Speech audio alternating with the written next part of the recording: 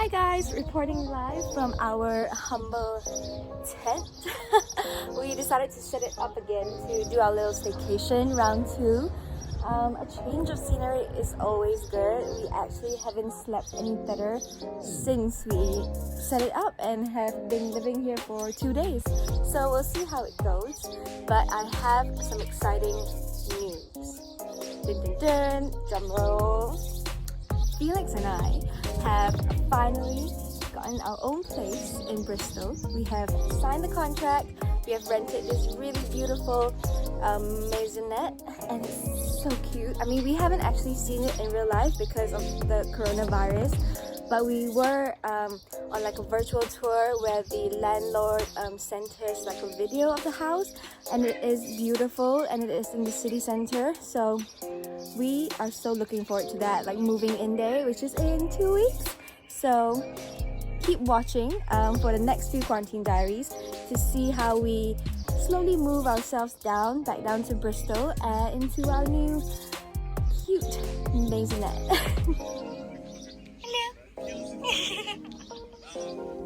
Okay, so I just got a ton of mail come in, and it seems like the post office is finally smooth sailing again. And one of the things that I received was this Circle DNA collection kit. So I'm participating in their 90 days challenge, which is really exciting because I just have to send a sample of my DNA for them to look through, for them to examine, and then they will come back with a report on everything from ancestry to diseases I might catch or might be prone to catch, and we will see and consult with health professionals from their lab to see how we can optimize my health and lifestyle, I guess. So if you're interested in finding out, I did an unboxing video on my Instagram.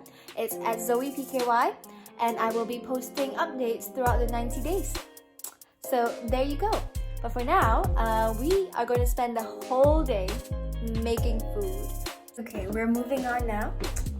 We are going to be making... What are you making? Focaccia. Focaccia? Focaccia? But yeah, bread basically. So this is a rosemary plant if you've never seen it, and we will be picking some fresh rosemary to infuse in our focaccia.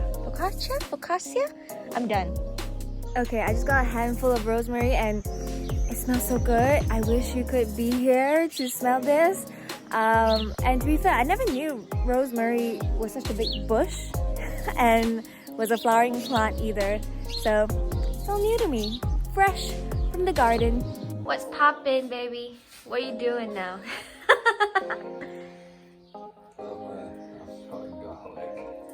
Garlic. So we're gonna infuse garlic with olive oil and rosemary for our focaccia. So this is our little concoction. It is olive oil infused with rosemary and garlic. And I will include the recipe in the description box below so you guys can try making it on your own. It's super easy and really delicious. So you've added the yeast with honey and warm water? To liven it up. To like... Party starter, Okay, so we're gonna just leave it there and then move on. What's next? So next we measure out the flour, which is how many grams of flour, babe? 100 something. Let's see. Looks so serious baking. How are you getting there? Serious. This is how I pull myself up by winning MasterChef at Dean.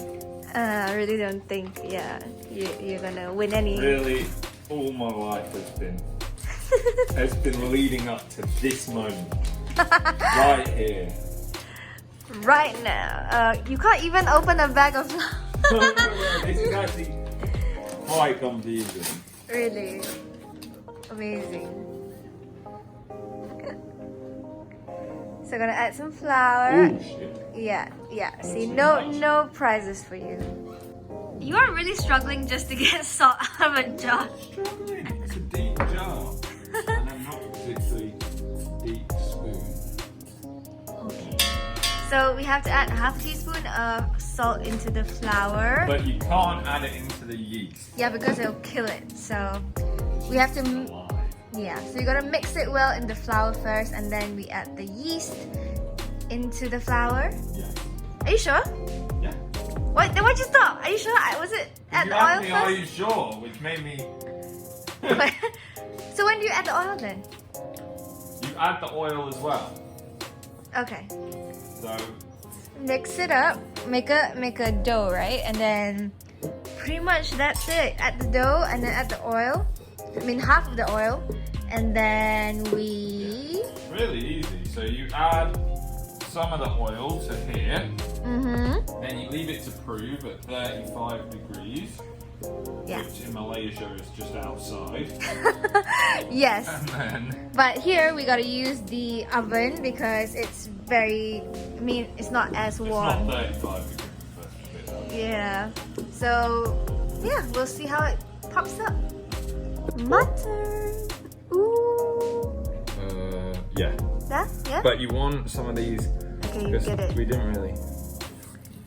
Mix it all together. I thought you're supposed to do it like 15 times, whatever. What's that called? Well, that's kneading. Yeah, kneading. Which we need that. Can you get me that? You're not like Get me that, yeah. Pretty oily. Are you sure? You're not sure, are you? Why is it so wet? I'm getting better at this whole kneading. Yeah, let's hope it turns out. I think it'll be fine.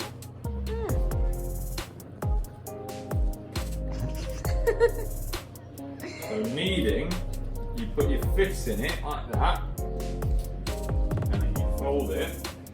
Do it again. Okay.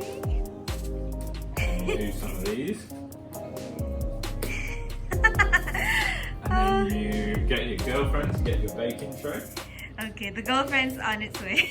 So we've got our dough in a big bowl, and we have to cling film it and put it in the oven to rise for an hour, and then we'll come back to see the magic. But it is quite wet from the oil, so I'm not sure. Let's hope it turns out well. Hot and right, fluffs up a bit. Okay, so we'll come back in an hour to check our baby in the oven. We're gonna reveal the bread. Let's see how much it is. It's not even hot, babe. It's 35 degrees. Yeah, doink. Perfect. See? Did it rise? Yeah, it rose way more than last time. Look, massive. Right, what's step 2? We've got to transfer it to a tray and then let it rise again for another 20 minutes in the tray. Right? Yes. Beep, beep, beep. You don't have to be gentle with it. It looks like a big You cheese knock out the curd. air and then reprove it, basically. That's how it's That's what we're doing, so we reprove it now. gonna roll with it.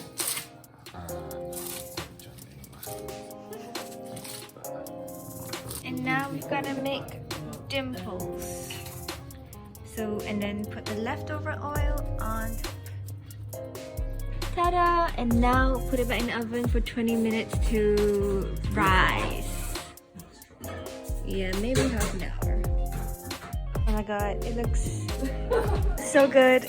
It has, yeah, it has definitely risen. Time to bake! The big reveal of cutting into it. Let's do it. What are you doing? Do you even know how to cut bread? No, I'm cutting it into pieces so you can See the alter middle. it. Yeah, It looks feels fluffy. soft in the middle. Yeah, it's good that it's crunchy outside. Ta-da! You get the best piece.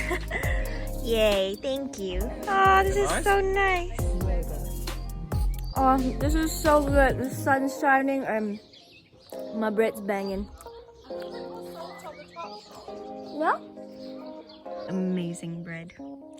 We did it, baby. Today has been a whole day of making food and it's been so good, and eating them. Yeah, definitely gonna gain some weight during this quarantine. But now we're making paella. And this whole day has been me pronouncing words I can't really pronounce. Outdoors, we're making paella outdoors. So that's interesting and it's looking real good. So it's day it's in 2 months, I think. Oh, this looks so good.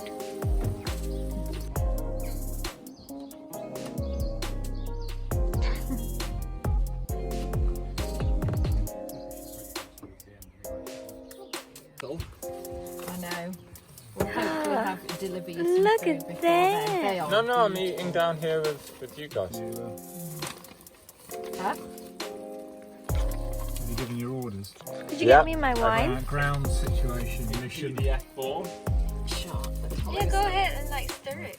So you're the I've got It makes it look better. Yeah, I need to not disturb like the prawns too much because they're food sleeping. channel. Yeah, they're bedding in for 5 minutes on each. Okay, it is time to sign off and feast.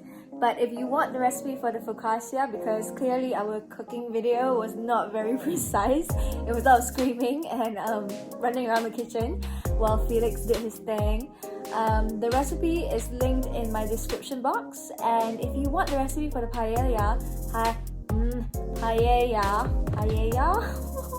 anyway, I think we used Jamie Oliver's recipe. I'm not too sure because that was handled by Felix's mom. I don't think you can go wrong there. So I'll see you guys next time, and toodaloo!